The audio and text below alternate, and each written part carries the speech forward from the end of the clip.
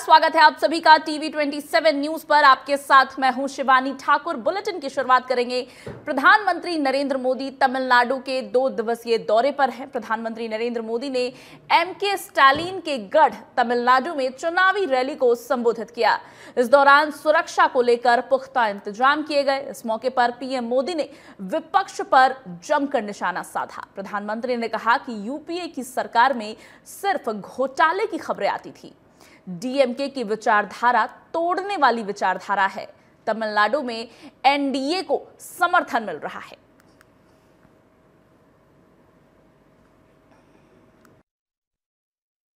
की ऐतिहासिक, पौराणिक और वीरता से भरी इस धरती को मैं श्रद्धापूर्वक प्रणाम करता हूं।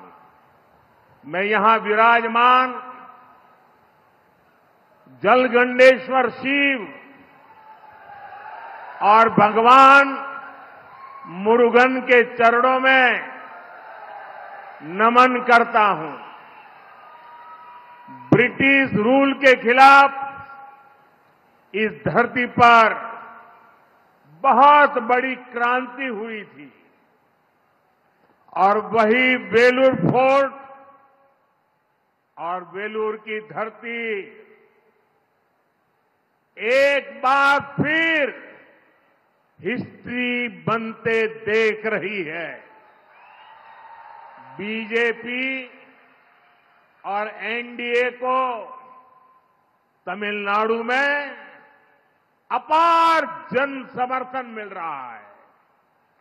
पूरा तमिलनाडु कह रहा है, एक बार फिर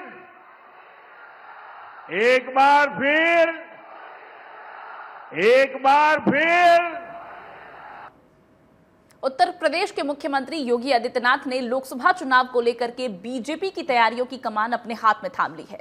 आज मुख्यमंत्री जम्मू कश्मीर के दौरे पर रहे, जहां कठुआ में चुनावी जनसभा को उन्होंने संबोधित किया। इस दौरान योगी ने कहा कि जम्मू कश्मीर में मेडिकल कॉलेज बन रहे हैं। साथ ही उन्होंने जम्मू कश्मीर को भारत का ताज बताया। वहीं सभा को लेकर शहर में सुरक्षा व्यवस्था के भी पुख्ता इंतजाम किए गए। राम मंदिर भी बन रहा है, भारत दुनिया की बड़ी ताकत भी बन रहा है, सुरक्षा का बेहतर वातावरण भी बन रहा है, विकास के बड़े बड़े कार्य भी हो रहे हैं, गरीब कल्याणकारी योजना भी प्रभावी ढंग से आगे बढ़ रही है।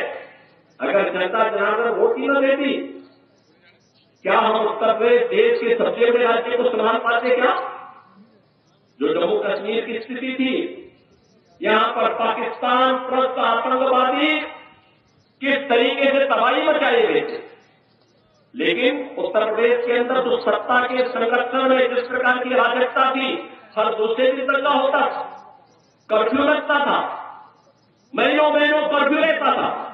बहनों और भाइयों, 7 वर्ष से मैं आज उत्तर प्रदेश के अंदर मुख्यमंत्री के रूप में काम कर रहा हूं और बहनों और भाइयों, 7 वर्ष में एक भी दंगा नहीं हुआ। लोकसभा चुनाव की तैयारियों में पूरी ताकत से जुटी बीजेपी ने अपने उम्मीदवारों की 10वीं सूची भी जारी कर दी है। इस लिस्ट में चंडीगढ़, पश्चिम बंगाल के 1 और उत्तर प्रदेश के 7 प्रत्याशियों की घोषणा की गई है।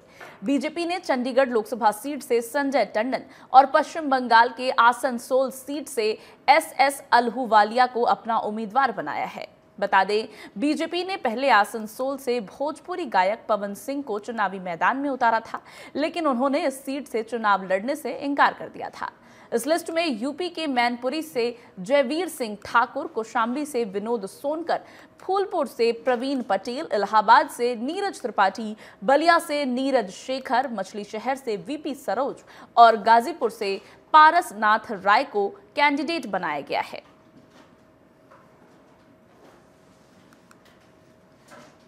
अगली खबर का रुख करेंगे। उत्तर प्रदेश STF की टीम को बड़ी सफलता मिली है। उत्तर प्रदेश आरक्षी भर्ती परीक्षा 2023 का पेपर लीक कराने वाले मास्टरमाइंड को गिरफ्तार कर लिया गया है। STF ने TCI express transport company Ahmedabad में सेंध लगाकर उत्तर प्रदेश पुलिस आरक्षी भर्ती परीक्षा 2023 का पेपर लीक कराने वाले मुख्य षड्यंत्रकारी रवि अत्री को गिरफ्तार किया है। पकड़ा गया अभियुक्त रवि अत्री थाना जेवर जनपद गौतम बुद्ध नगर का रहने वाला है। एसटीएफ ने अभियुक्त रवि अत्री को खुर्जा बस स्टैंड के पास जेवर थाना जेवर जनपद गौतम बुद्ध नगर से गिरफ्तार किया है।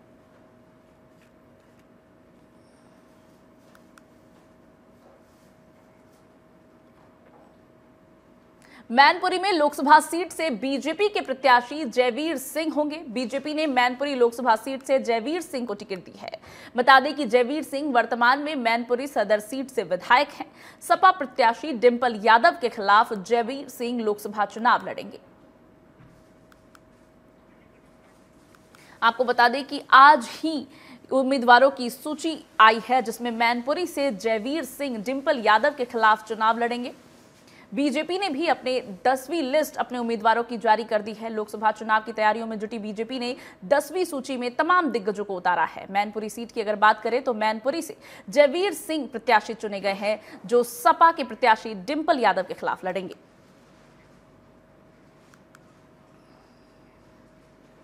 यूपी की कासगंज जेल में बंद विधायक अब्बास अंसारी को उनके पिता मुख्तार अंसारी का फतीहा पढ़ने के लिए कड़ी सुरक्षा के बीच गाजीपुर लाया गया। सुप्रीम कोर्ट ने अब्बास अंसारी की अर्जी पर इसकी इजाजत दी थी। बेंच ने गाजीपुर जिला प्रशासन को निर्देश दिया था कि 11 अप्रैल को अगर दूसरी रवायतें में शामिल होने की जरूरत हो तो अब्बास को पुलिस कस्टडी में इसकी इजाजत दी जाए। कोर्ट ने उन्हें 11 और 12 अप्रैल को परिवार से मिलने और 13 अप्रैल को वापस कासगंज जेल लाए जाने को कहा था। बता दें कि अब्बास अंसारी अपने परिजनों से जेल में ही मिल सकते हैं। उसका अनुपालन माननीय सर्वोच्च न्यायालय के निर्देशानुसार आज सुबह करीब 8:57 पे बंदी अब्बास अंसारी जिला जेल गाजीपुर में दाखिल हुआ। जो आज का कार्यक्रम है वो दिन में कुछ दुआ ख्वानी और उसके बाद शाम को मगरिब की नमाज और फातिहे का है। तो उसमें जो माननीय सर्वोच्च न्यायालय के निर्देश है उसके अनुसार उसका अनुपालन अक्षर से कराते हुए उसमें प्रतिभाग पुलिस कस्टडी में करे। मुजफ्फरनगर में अवैध संबंधों के चलते पति ने पत्नी की हत्या कर दी। सूचना पर पहुंची पुलिस ने पति सहित हत्या में शामिल 2 और लोगों को गिरफ्तार किया है। इस दौरान पुलिस ने हत्या में इस्तेमाल किए जाने वाले हथियार भी बरामद किए। पूरी घटना मीरापुर थाना क्षेत्र के कसमपुर खोला की है।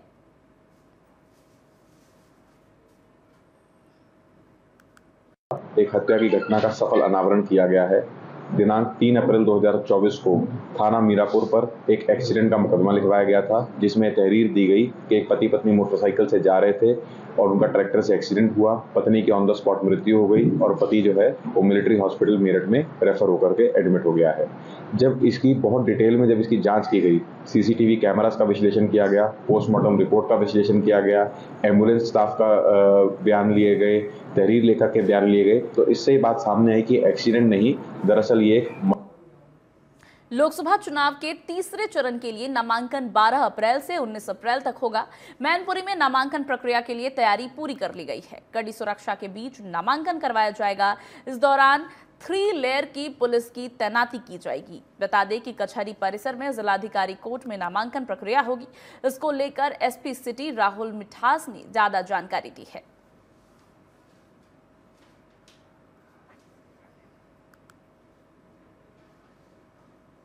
लोकसभा चुनाव से पहले अवैध शराब की बिक्री और ट्रांसपोर्टेशन करने वालों पर पुलिस नजर रख रही है, जिसको लेकर लगातार छापेमारी की जा रही है। ग्रेटर नोएडा वेस्ट की कोतवाली बिसरख पुलिस ने अवैध शराब ले जाने वाले ई रिक्शा चालक को गिरफ्तार किया है। साथ ही पुलिस ने 44 पेटी अवैध शराब जब्त किया है। पुलिस को इसकी जानकारी पहले से मिल गई थी, जिसके बाद बिना नंबर वाली ई रिक्शा से हरियाणा और यूपी की बनी हुई शराब लेकर ई रिक्शा चालक को गिरफ्तार किया गया है।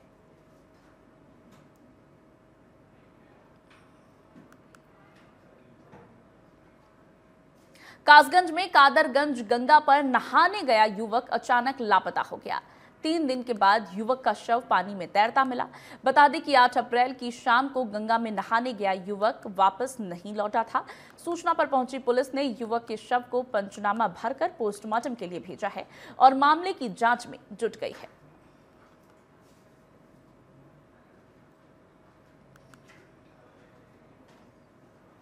ईद के त्योहार को लेकर रायबरेली पुलिस अलर्ट मोड पर है। शहर के चप्पे चप्पे पर पुलिस की तैनाती रहेगी। इतना ही नहीं, मस्जिदों के आसपास ड्रोन कैमरे से निगरानी भी की जाएगी। रायबरेली के एसपी अभिषेक कुमार अग्रवाल ने बताया कि पुलिस लगातार फूड पेट्रोलिंग कर रही है। उन्होंने कहा कि नवरात्रि, ईद और लोकसभा चुनाव को लेकर पुलिस लगातार मॉनिटरिंग कर रही है और अराजक तत्वों पर नजर रख रही है। सोशल मीडिया की टीम को भी एक्टिव कर दिया गया है। ऐसे में सोशल मीडिया की भी विशेष निगरानी की जाएगी। शांति समिति की बैठक है वो मुख्यालय लेवल पर और थाना और तहसील लेवल पर भी कर ली गई है। इसके अतिरिक्त जितने भी मस्जिद हैं, ईदगाह है, वहाँ पर कल पर्याप्त पुलिस बल तैनात रहेगा और संवेदनशील इलाकों में लगातार ही पुलिस द्वारा फुट पेट्रोलिंग की जा रही है और कल ड्रोन के माध्यम से वहाँ पर निगरानी रखी जाएगी। हमारा यही प्रयास है कि आपसी भाईचारा की भावना से ईद का त्यौहार है वो सकुशल।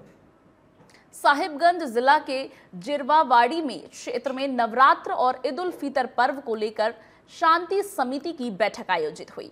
इस बैठक की अध्यक्षता एसडीपीओ और थाना प्रभारी ने की। बैठक में एसडीपीओ ने शांति को लेकर अपील की। उन्होंने लोगों से सौहार्द बनाए रखने को लेकर जरूरी प्रशासनिक सुझाव दिए, जिस पर डीजे और शराब की प्रतिबंध रखने की बात कही गई। साथ ही सोशल मीडिया पर किसी भी तरह की अफवाह न फैलाने की बात कही गई।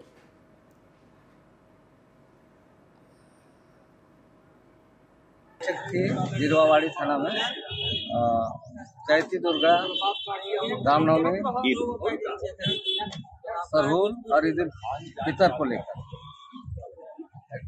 काफी दिशा निर्देश दिया गया। जिला से भी जो आदेश आया था, निर्देश आया था, डीजे नहीं बजाना है, जुलूस में शांतिपूर्वक रहना है, कोई शराब वगैरह पीने नहीं जाएगा। Social media.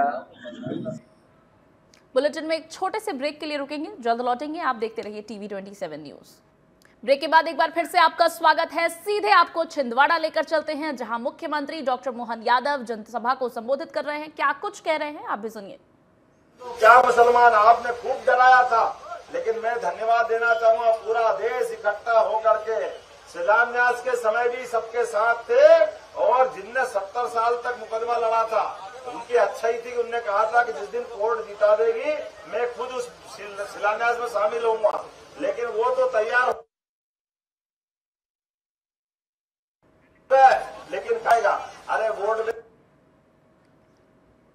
छिंदवाड़ा में मुख्यमंत्री doctor Mohan Yadav road show कर रहे हैं, जनता को संबोधित कर रहे हैं। इस दौरान बीजेपी की नीतियां गिना रहे हैं, बीजेपी की योजनाएं गिना रहे हैं। आपको बता दें कि लोकसभा चुनाव को लेकर के मध्य प्रदेश में चुनावी कमान को, चुनाव प्रचार की कमान को मुख्यमंत्री डॉक्टर मोहन यादव ने खुद संभाला हुआ है और इसी कड़ी में लगातार मुख्यमंत्री रैलियां कर रहे हैं, जनसभा कर रहे हैं, जनसभा को संबोधित कर रहे हैं और बीजेपी की तमाम योजनाओं को गिनवाते हुए नजर आ रहे हैं। इन सब के बीच मुख्यमंत्री विपक्षियों पर भी जमकर बरसते हुए दिखाई दे रहे हैं। इस वक्त वो छिंदवाड़ा में मौजूद हैं, जहां रोड शो हो रहा है मुख्यमंत्री का। रोड शो में मुख्यमंत्री जनता को भी संबोधित कर रहे हैं। लिहाजा एक बार फिर से अपने सम्मान के लिए, आपके अपने आत्मसम्मान के लिए और लोकतंत्र के लिए जनता के साथ छिंदवाड़ा का पहली बार बच्चा सांसद बनेगा, ये लड़ाई लड़ने के लिए हमको संकल्प लेना है। हम अपने संकल्प के लिए तैयार रहना। आपको सामने वाला बहुत पैसा है, बहुत ताकत है, वो अपने आप में जैसे सोने की लंका हमने नहीं देखी भगवान राम के काल में, और सोने की लंका में रावण को बहुत घमंड था, वो 7वें आसमान से नीचे नहीं आता था, लेकिन सोने की लंका भी जली और रावण भी मरा। बोला देखा कि नहीं देखा? बोला जय जय श्री राम। ये दौर वापस आएगा, हमारे सामने लोकतंत्र में कमल खिलाएगा और छिंदवाड़ा आपकी बार, छिंदवाड़ा पार। बोला आपकी बार, आपकी बार। तो हम सब मिलके मोदी है तो, मोदी है तो, मोदी है तो, ये अपने क्या हिंदू, क्या मुसलमान, क्या गरीब, क्या अमीर, सब मिलकर के आगे बढ़ेंगे। और आपको गारंटी देना चाहता हूँ, ये सरकार बनी है भाजपा की, आपकी सारी खजाने, कोई खजान बंद नहीं रहेगी, सबको रोजगार मिलेगा, इसकी गारंटी मैं दे रहा हूँ। इसके साथ साथ आने वाले समाज में नई खजाने भी खोलने का काम कोई सरकार करेगी, हमारी सरकार करेगी। कोई भी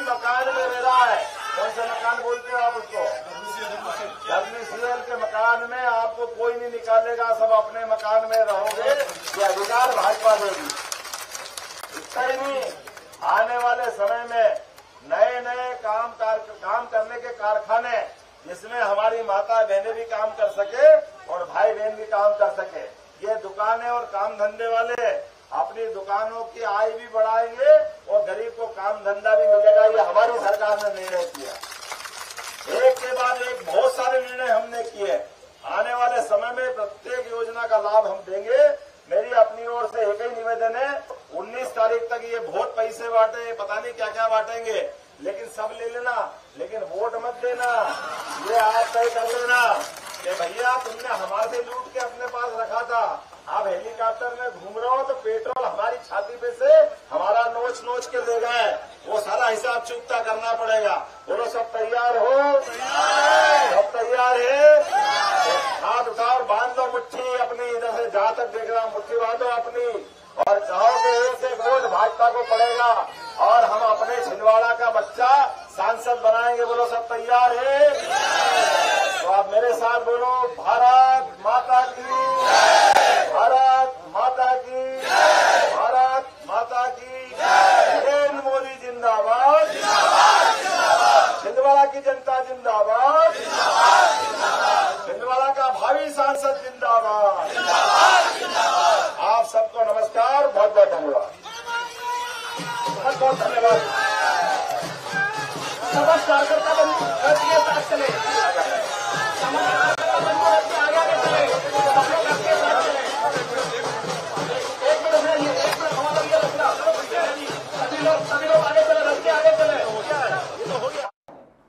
तो छिंदवाड़ा में कमल खिलाने के लिए मुख्यमंत्री डॉक्टर मोहन यादव ने रैली की, वहां पर लोगों को संबोधित किया और फिर से एक बार मोदी सरकार, मोदी है तो मुमकिन है कि तमाम नारे लगाए।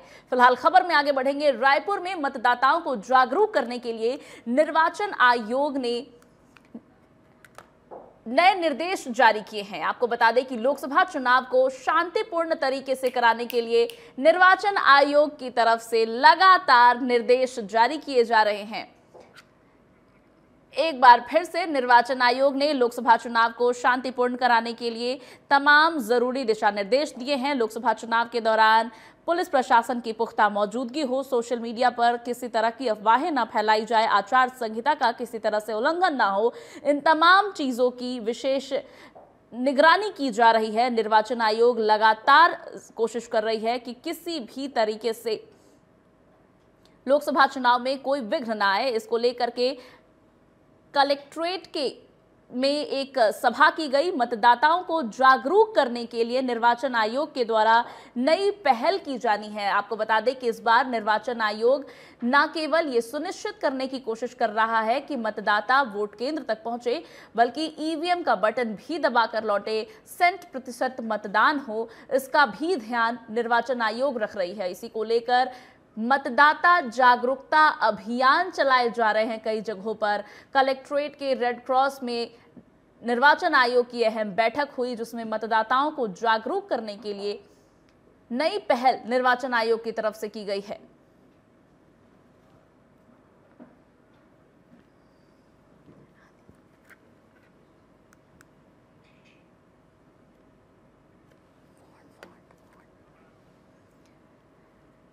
लोकसभा चुनाव 2024 की तैयारियों को लेकर निर्वाचन आयोग पूरी तरह से तैयार है।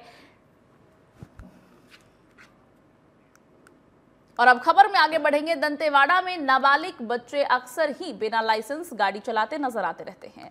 इस पर Dantewada traffic police incharge DSP Krishna Chandrakar ने कई बार नाबालिगों को पकड़कर उनके माता पिता के सामने समझाया है। वहीं दूसरी तरफ सुपर बाइक सवार शहर की सड़कों पर हवा से बातें करते और स्टंट करते दिखाई देते हैं, जिस पर डीएसपी कृष्णा चंद्राकर ने सख्ती से कार्रवाई की और कई नाबालिगों को सुपर बाइक राइडर्स को कोर्ट के सामने पेश किया, जिससे सड़कों पर सुरक्षा और शांति बनी रहे। बहुत रेस से और बहुत तेजी से बाइक चला रहे हैं, जिसके और अन्य आने जाने वाले लोग डर रहे हैं। उसके अलावा नाबालिगों द्वारा वाहन चलाने की बहुत ज़्यादा शिकायत मिल रही थी, तो उसी के तारतम्य में आज जो है कार्रवाई की जा रही है। इसमें आप देख पा रहे होंगे कि यहाँ पे पूरा नाबालिगों, जितने नाबालिग हैं उनकी गाड़ियों को रोक करके इनका चालान सीधा कोर्ट में पेश किया जाएगा। इनको कई बार पूर्व में समझाइश दी जा चुकी है कि अपने नाबालिगों को वाहन चलाने ना दे, फिर भी माता पिता जो है अपने नाबालिग बच्चों को वाहन चलाने दे रहे हैं। तो इनका जो है अब हम माननीय न्यायालय के समक्ष में पेश करेंगे और वहां से फिर ये। छत्तीसगढ़ में बीते दिनों कांग्रेस नेता चरणदास महंत और कवासी लखमा ने पीएम मोदी को लेकर विवादित बयान दिया था। इस पर बीजेपी प्रदेश प्रवक्ता संजय पांडे ने पलटवार किया है। उन्होंने कहा कि न कांग्रेस बची है, न कांग्रेस की विचारधारा बची है, और जो थोड़े कांग्रेसी बच गए हैं वो गुंडे और मवाली विचारधारा के लोग हैं। एक परिवार की चरण पादुका चाटते चाटते इनकी भाषा भी घृणित हो चुकी है। जिस प्रकार की भाषा कांग्रेस और कांग्रेस के नेता बोल रहे हैं वो अशोभनीय है। अत्यंत घिनौनी भाषा का इस्तेमाल कांग्रेस के नेताओं के द्वारा किया जा रहा है। अभी कल परसों तक चरणदास महंत जी मोदी जी का सिर फोड़ने की बात कर रहे थे, आज उन्होंने डिफाल्टर भी कहा, और उसी के तर्ज पर अब कवासी लखमा मैं जीतूंगा और मोदी मरेगा, इस प्रकार का घृणित शब्द का प्रयोग अपने स्वभाव में, नुक्कड़ स्वभाव में कर रहे हैं। दरअसल ना कांग्रेस बची है, ना कांग्रेस की विचारधारा बची है। अब जो छोटे से लोग बच गए हैं, थोड़े बहुत लोग, वो गुंडा और मवाली किस्म के लोग हैं जो इस प्रकार की भाषा का इस्तेमाल कर रहे हैं। एक परिवार की चरण पादुका चाटते चाटते अब इनकी भाषा। सीएम विष्णुदेव साय रायपुर एम्स पहुंचकर कुम्हारी बस दुर्घटना के घायलों से मिले, जहां उन्होंने घायलों का हालचाल जाना, साथ ही डॉक्टरों को बेहतर इलाज के निर्देश दिए। सीएम ने घायलों के परिजनों से भी बातचीत की। बता दें कि दुर्ग रोड पर मंगलवार को बस दुर्घटना हुई थी, जिसमें 13 लोगों की मौत हो गई और 10 लोगों को अस्पताल में भर्ती कराया गया। इस घटना के घायलों के इलाज का खर्च कंपनी और राज्य सरकार उठा रही है। देखिए, कल कुम्हारी के पास एक बस दुर्घटना हुई है जो कि बड़ा दुखद है, जिसमें 12 लोगों की मृत्यु हुई है और उतने ही करीब घायल हुए हैं। और अभी हम घायलों से मिल के आ रहे हैं। एम्स में 10 लोग एडमिट हैं, उनसे मिल के हम आ रहे हैं। और इस घटना में जो 12 लोगों की मृत्यु हुई है भी हो गया।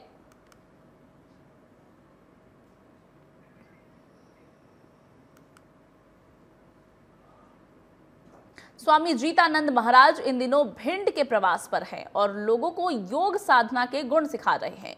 उनका कहना है कि चंबल क्षेत्र के भिंड मुरैना से सभी ज्यादा जवान सेना में भर्ती होकर देश की रक्षा कर रहे हैं, इसलिए वो खासकर युवाओं को शिविर लगाकर योगा और मार्शल आर्ट सिखा रहे हैं। बता दें कि स्वामी जीतानंद पिछले 22 सालों से योगा और मार्शल आर्ट लोगों को सिखा रहे हैं। उनके शिष्य जापान, इंडोनेशिया, इटली सहित कई देशों में योग संस्थान चला रहे हैं। उनका खुद का योगाश्रम ऋषिकेश, दिल्ली और ग्वालियर में चल रहा है। वादी युग में सुख सुविधाओं के अधिक साधन उपलब्ध होने के कारण श्रम की शून्यता अर्थात व्यायाम आदि न करने से लोग रोगी और दुखी जो है तमाम हो रहे हैं। इसलिए प्रत्येक व्यक्ति को योग और आसन और व्यायाम या योग व्यायाम इनकी आवश्यकता है। योग से हमें 5 प्रकार के लाभ होते हैं। एक तो सौष्ठव शरीर तो मजबूत बनता ही, सौष्ठव शरीर, दीर्घ जीवन, आरोग्य वृद्धि, मानसिक शांति और आध्यात्मिक उन्नति। इस प्रकार यह 5। बुलेटिन में मेरे साथ फिलहाल इतना ही, लेकिन खबरों का सिलसिला आगे भी लगातार जारी है।